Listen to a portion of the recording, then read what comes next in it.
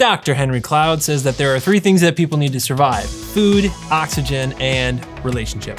That's crazy, right? Now think about this. When you don't have food, you starve. You get hungry. You start to get hangry, maybe even. Some people get real punchy when that happens. If you don't have oxygen, imagine you're underwater. You dove a little too deep in the deep end of the pool thinking you could touch the bottom. All of a sudden you realize, oh no, I need oxygen. You panic, you thrash, you claw your way all the way back up to the surface until you can finally breathe again. Now think about relationships. When you're starved for relationships, when you have not gotten a breath of fresh air from your relationships, you start to get very punchy, a little bit panicked. You thrash and you claw and you do whatever it takes to get your needs met. The problem is that you're thrashing and clawing at the people you love.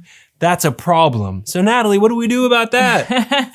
Hopefully you have at least a couple relationships in your life that you know those people are out for your good. You know that those people love you, that they care for you. If you don't have that, keep following us and find out how to make some friends. We can help with that. It's really important. But let's say that you have a couple of these relationships in your life that you know these people love and care for you and they're out for your good.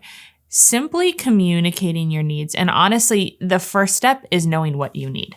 So you may not initially know what you need. You may just go, I just don't feel good and I need something in my relationships that I'm not getting. Well, process through it with somebody to figure out what that is you may need. We literally had to have a conversation like this the other night of just, what are we feeling? What do we need right now in this season? Things shift based on the season of your life. So what do you need in that specific season? Maybe it's a really work heavy season. So maybe you need some fun in your relationships. And maybe some of your relationships are just typically really deep. So communicating to your friend or to your spouse or to your brother or sister or whatever it is, hey, I need some fun in our relationship. Can we actually, instead of talking deep today, can we just play a game? Can we just grab some coffee? Can we have a glass of wine? Can we do different things that would make things lighthearted? Watch a funny show. First of all, discover what you need and then communicate that with the person that loves you and watch how they respond, because every single time someone who loves you responds positively to you communicating a need,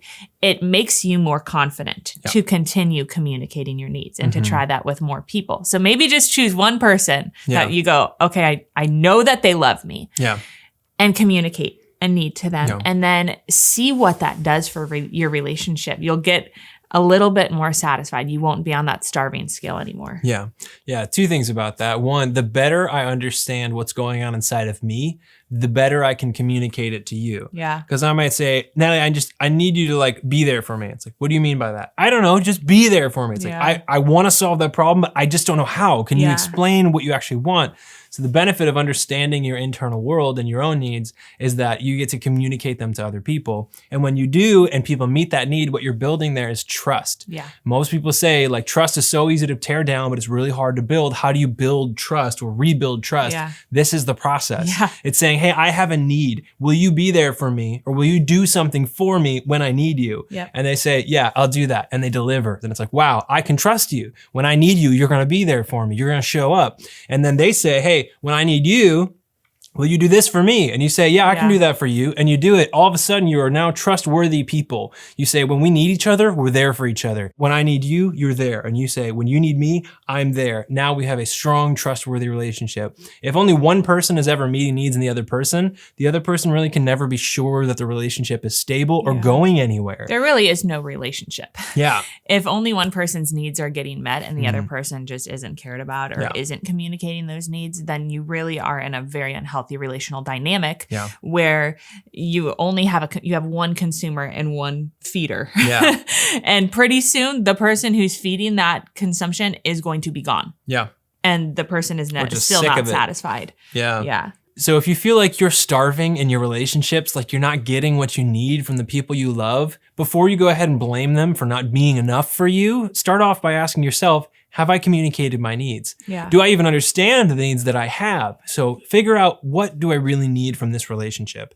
And then for the love of God, say it. Let it come out of your mouth, because thinking it does not make it happen. And suggesting it very subtly does not guarantee that they're going to actually even know that there's a need. The only way they have a chance to meet the need is if they know that it's there. So understand what you need from a relationship. Communicate clearly, directly. Don't leave any gray area, and make sure they know, hey, I need you right now. And then let them deliver. Just as a funny side story, this shows you how simple it can get and how forward you can get with this type of thing. Literally a couple weeks ago, Danny was on his way home from work and he was stopping at the grocery store and he goes, "Do you need anything?" And I sent him a quick grocery list. And then I just decided I hadn't seen some flowers from Danny in a few weeks. And I like flowers. I like fresh flowers. So I said, I gave him the list and then I go, yeah, and if you just so happen to pick up some flowers from me, I wouldn't mind. And that may sound really forward to you ladies, asking your significant other to buy you flowers. But I wanted flowers and I knew that he likes to buy me flowers, but he probably wouldn't think of it that day.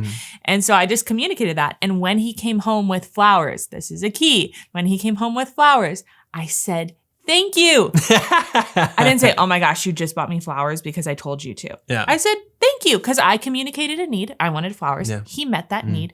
We built trust and I felt loved by the flowers. Yeah. And it can be as simple as that. Yeah. You don't have to blame the person for not just magically knowing what you needed. Thank them for meeting the need that you communicated. Yeah, because at the end of the day, in our relationship, you said, "Hey, I need something from you." And I said, "I can do that. I will deliver." And it's like, well, it'd be nice if you thought of it on his own. Yeah, it would be. But at the end of the day, you're in a relationship with somebody who goes out of their way to do good for you when you ask them. What? I still got That's the flowers. Great. I know. You have flowers. I love you. I would buy them for you anyways. But yeah, it didn't cross my mind. A quick reminder. Yeah, so it's the thing. It's all nice to think that your partner's always going to know what you need. He's always going to do the right thing. He's always going to go out of his way to make sure you never want for anything. But that's not reality, all right? That is fantasy land. It doesn't happen. So at the end of the day, what you're really going to have to do is say, "Hey, I need something from you." And if they deliver, that's great. If they don't think about it, of course they're not. Because you're the only one who lives up here, all right? They're not in here. So the only way they know what's in here is when it comes out of this thing. Oh, baby. So that's it. Communicate your needs, right? That's the only way that you're gonna really get the most out of your relationship and feel like you are being fulfilled by those relationships. Now, I really need some lunch. Go make it. Oh, I see how it is. I'll go make lunch. Yeah, I actually made lunch before we started this.